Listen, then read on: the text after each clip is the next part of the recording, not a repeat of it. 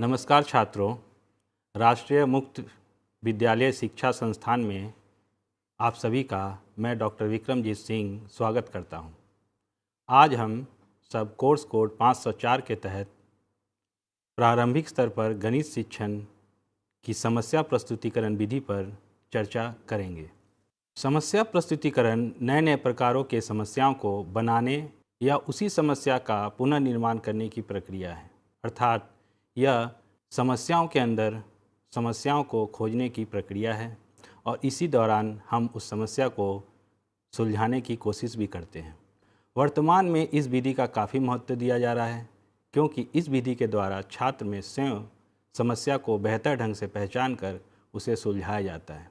जब भी छात्र समस्या को अपना समझते हैं, समस्या की खुद पहचान करते हैं, तो वह उसमें पूरे आनंद के साथ सम्मिलित होकर उसे सुलझाने की कोशिश करते हैं।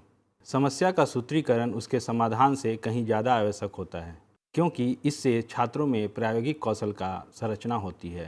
जब बच्चे समस्या का खुद से संरचना करते हैं, उसका सूत्रीकरण करते हैं, तो अवश्य ही वे समस्या को पहचानते हैं।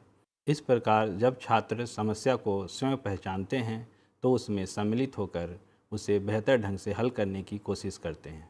जैसा कि आइंस्टाइन एंड इनफील्ड ने 1938 में कहा है, नए प्रश्नों का निर्माण, नए संभावनाओं की तलाश, पुराने प्रश्न को नए नज़रिए से देखना रचनात्मक कल्पना पर आधारित है एवं वैज्ञानिक सोच को बढ़ावा देता है। अर्थात जब हम प्रश्नों के अंदर नई संभावनाओं को खोजते हैं, जब उनमें नए नए प्रश्नों का निर्माण करते हैं, तो अवश्य ही यह हमारी सृजनात्मक सोच को बढ़ावा देता है और उसके साथ साथ हमारी वैज्ञानिक दृष्टिकोण भी विकसित होती है। समस्या समाधान की प्रक्रिया में हम समस्या प्रस्तुतिकरण की अनदेखी कर देते हैं, जबकि वास्तव में समस्या प्रस्तुतिकरण को भी महत्व देना आवश्यक है। ज़्यादातर यह देखा गया विद्यालयों में समस्या को दिया जाता है और उसके लिए सूत्र दिए जाते हैं, जिसको बच्चे अनुसरण करके उस समस्या का हल निकालते हैं।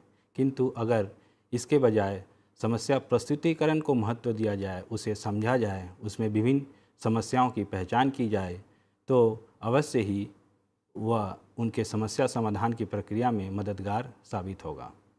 एक समस्या को यदि हम समझना चाहें तो चार्ल्स एंड लेस्टर द्वारा उसे इस तरह परिभाषित किया गया है। एक समस्या उस कार्य की भांति है जिसके लिए व्यक्ति जिसे वह कार्य मिला है उसके समाधान के लिए तत्पर होता है।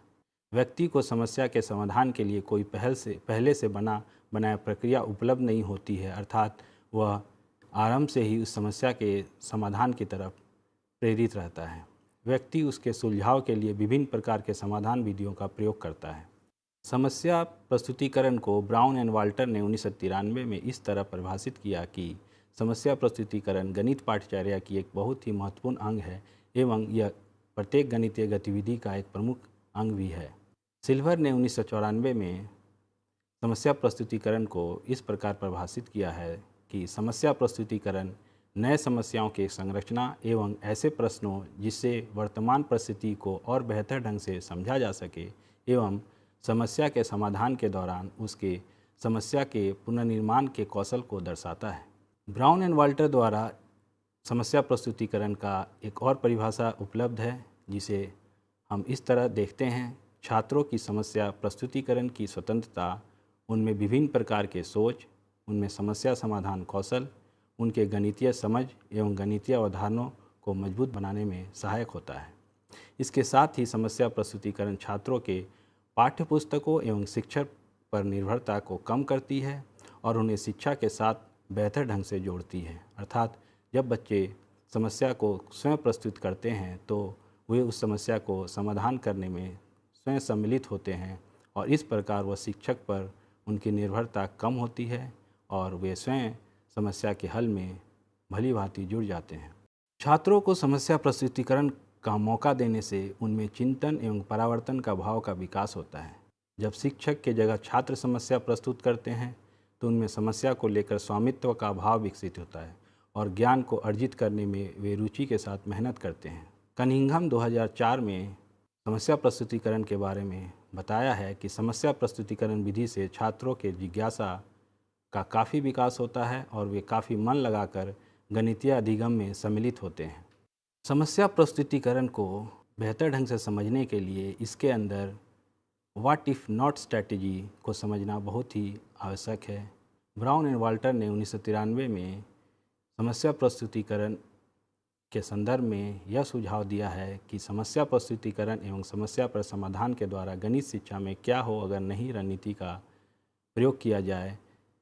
यह सुझाव इस बात पर आधारित है कि किसी समस्या से संबंधित आयामों या गुणों को यदि थोड़ा बदल दिया जाए तो इससे बहुत ही खोजी प्रकार के समस्याओं का जन्म होता है जो काफ़ी रुचिकर जांच के लिए प्रोत्साहित करते हैं। अर्थात अगर किसी समस्या में कुछ फेरबदल किया जाए, उसके विभिन्न आयामों को थोड़ा बदल दिया जाए तो उसमें विभिन्न प्रकार के समस्याओं की पहचान की जा सकती है और उन समस्याओं की पहचान के द्वारा हम मूल समस्या का समाधान हासिल कर सकते हैं। क्या हो अगर नहीं रणनीति या व्हाट इफ़ नॉट स्ट्रैटेजी 3 सिद्धांतों पर काम करता है। पहला, समस्या से संबंधित आयामों को तय करना। दूसरा, क्या हो अगर नई रणनीति का प्रयोग करना। एवं तीसरा, इससे संबंधित नए प्रश्नों का निर्माण करना। यह छात्रों में विभिन्न प्रकार के तथ्यों पर चर्चा करने के लिए मौका प्रदान करता है। अर्थात इसमें जब हम समस्या को लेते हैं तो उनमें विभिन्न प्रकार के बदलाव लाकर यह देखने की कोशिश करते हैं कि क्या हो अगर नई रणनीति, अर्थात अगर उसमें कुछ बदलाव कर दिया जाए, अगर उसके कुछ पक्षों को जोड़ा या घटा दिया जाए तो उस समस्या पे क्या प्रभाव पड़ेगा। इस प्रकार इससे समस्या को हम बेहतर ढंग से समझ सकेंगे और इस प्रकार छात्र इन विभिन्न समस्याओं के समाधान के द्वारा मूल समस्या को हल कर पाएंगे। गणितीय समस्या प्रस्तुतिकरण के विभिन्न परिप्रेक्ष्य हैं।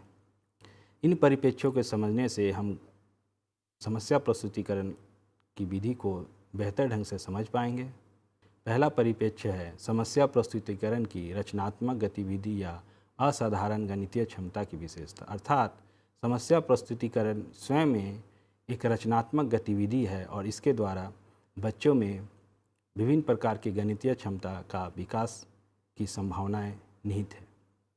समस्या प्रस्तुतिकरण का दूसरा परिप्रेक्ष्य समस्या प्रस्तुतिकरण की पूछताछ उन्मुख या इंक्वायरी ओरिएंटेड निर्देशन की विशेषता है। अर्थात समस्या प्रस्तुतिकरण स्वयं में ही पूछताछ उन्मुख निर्देशन को बढ़ावा देता है। इसमें बहुत सारे प्रश्नों के पूछने, उनके जवाबों को ढूंढने और इस प्रकार उस समस्या को हल करने की विशेषता दिखती है। इसका तीसरा परिप्रेक्ष्य समस्या प्रस्तुतिकरण में गणितीय गतिविधि की प्रमुखता की विशेषता। अर्थात समस्या प्रस्तुतिकरण में हमेशा ही विभिन्न प्रकार के गणितीय गतिविधि शामिल होते हैं। इसमें बहुत सारे प्रकार के गतिविधियों के साथ हम उस समस्या को समाधान करने की कोशिश करते हैं। इसमें अगर अन्य परिप्रेक्ष्यों को देखा जाए तो समस्या प्रस्तुतिकरण का छात्रों में समस्या समाधान को बढ़ाने की विशेषता भी दिखती है। अर्थात जब छात्र समस्या प्रस्तुतिकरण के द्वारा गणित सीखते हैं तो उसके द्वारा वे विभिन्न प्रकार के समस्याओं के समाधान को बढ़ाने में भी अग्रसर होते हैं। अर्थात उनमें समस्या समाधान के कौशल का विकास होता है। इसके साथ साथ समस्या प्रस्तुतिकरण कि छात्रों की गणितीय समझ को परखने की विशेषता भी सामने दिखती है। अर्थात समस्या प्रस्तुतिकरण के द्वारा हम छात्रों की गणितीय समझ को परख सकते हैं। वे कितना गणित जान रहे हैं, वो गणित में कैसे आगे बढ़ रहे हैं, उनमें गणित सीखने में क्या क्या त्रुटियां उत्पन्न हो रही है। इस प्रकार हम उनकी गणितीय समझ को परख कर उन्हें उपयुक्त निर्देशन द्वारा उनकी गणितीय अवधारणाओं को, समझ को और मजबूत कर सकते हैं। समस्या प्रस्तुतिकरण की छात्रों में गणित के प्रति अभिरुचि में विकास करने की विशेषता। अर्थात समस्या प्रस्तुतिकरण के द्वारा छात्रों में गणित के प्रति रुचि उत्पन्न करने की विशेषता है।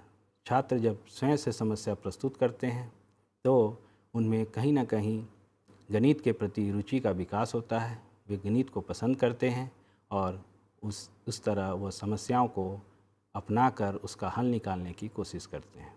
समस्या प्रस्तुतिकरण के कुछ आधारभूत सिद्धांत भी हैं, जिसमें से पहला सिद्धांत है समस्या प्रस्तुतिकरण छात्रों के समस्या समाधान प्रक्रिया से प्रेरित होना चाहिए। अर्थात समस्या प्रस्तुतिकरण हमेशा से ही किसी न किसी समस्या के समाधान की तरफ अग्रसित होना चाहिए।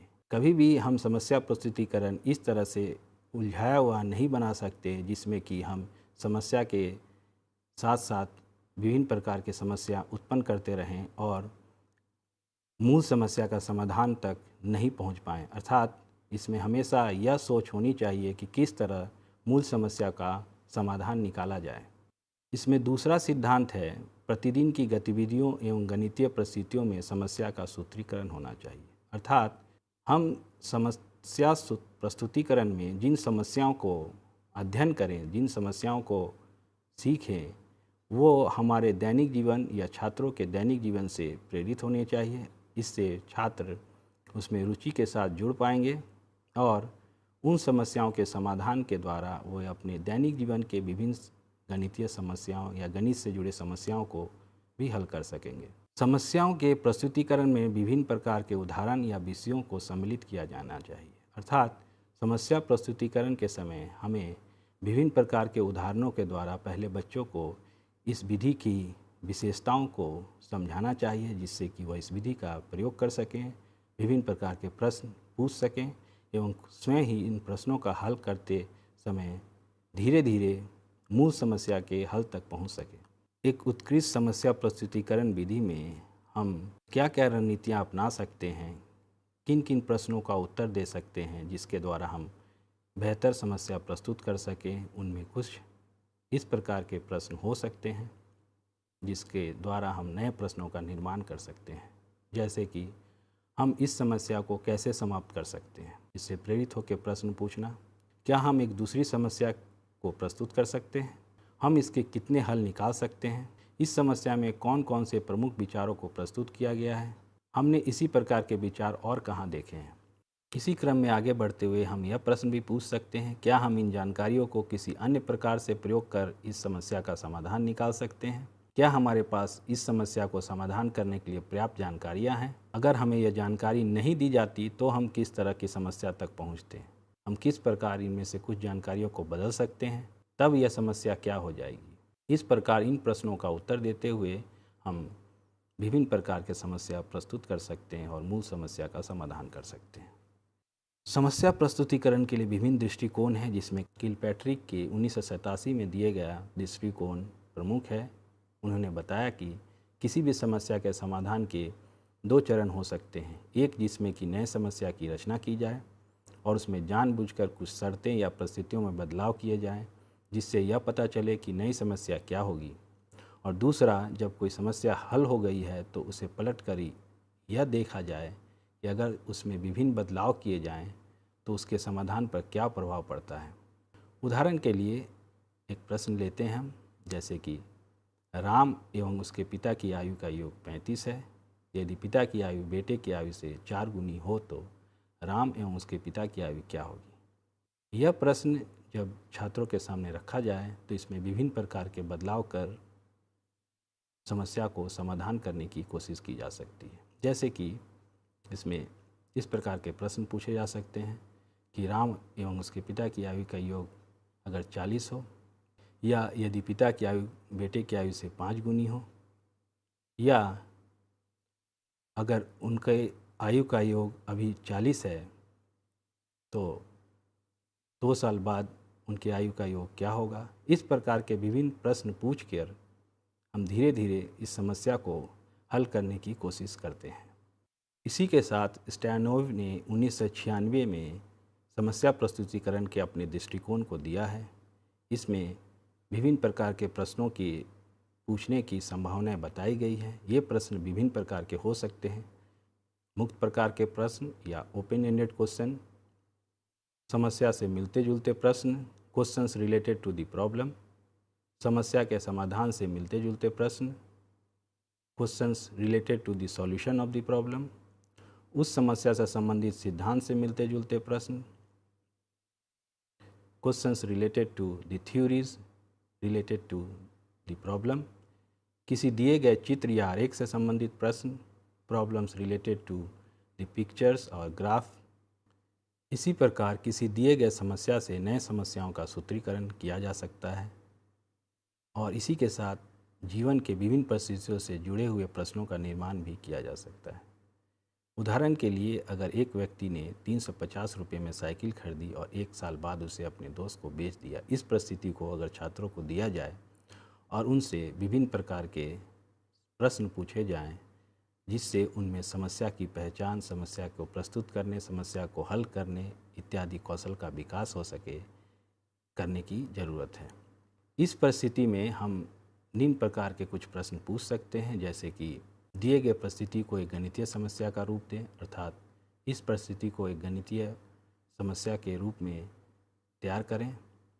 और इसी के साथ एक और प्रश्न भी पूछा जा सकता है कि दिए गए परिस्थिति से संबंधित 3 प्रकार के प्रश्नों को तैयार करें, अर्थात इसी परिस्थिति से मिलते जुलते किन्हीं 3 और परिस्थितियों का निर्माण करें और उससे फिर प्रश्नों का निर्माण करें। इस तरह हम देखते हैं कि समस्या प्रस्तुतिकरण गणित सीखने में छात्रों की बहुत मदद कर सकता है। तो विद्यार्थियों, आज हम लोगों ने समस्या प्रस्तुतिकरण विधि के बारे में चर्चा प्रस्तुति की। इसी के साथ हम लोगों ने देखा कि समस्या प्रस्तुतिकरण क्या है, समस्या प्रस्तुतिकरण के परिप्रेक्ष्य क्या हैं, समस्या प्रस्तुतिकरण के सिद्धांत क्या हैं, समस्या प्रस्तुतिकरण में किन किन बातों का ध्यान दिया जाता है, किस प्रकार समस्या प्रस्तुतिकरण के द्वारा गणित में विभिन्न समस्याओं के हल को निकाला जा सकता है। आशा है आप सभी को यह चर्चा पसंद आई होगी और आप इससे ज़रूर लाभ उठाएंगे। धन्यवाद।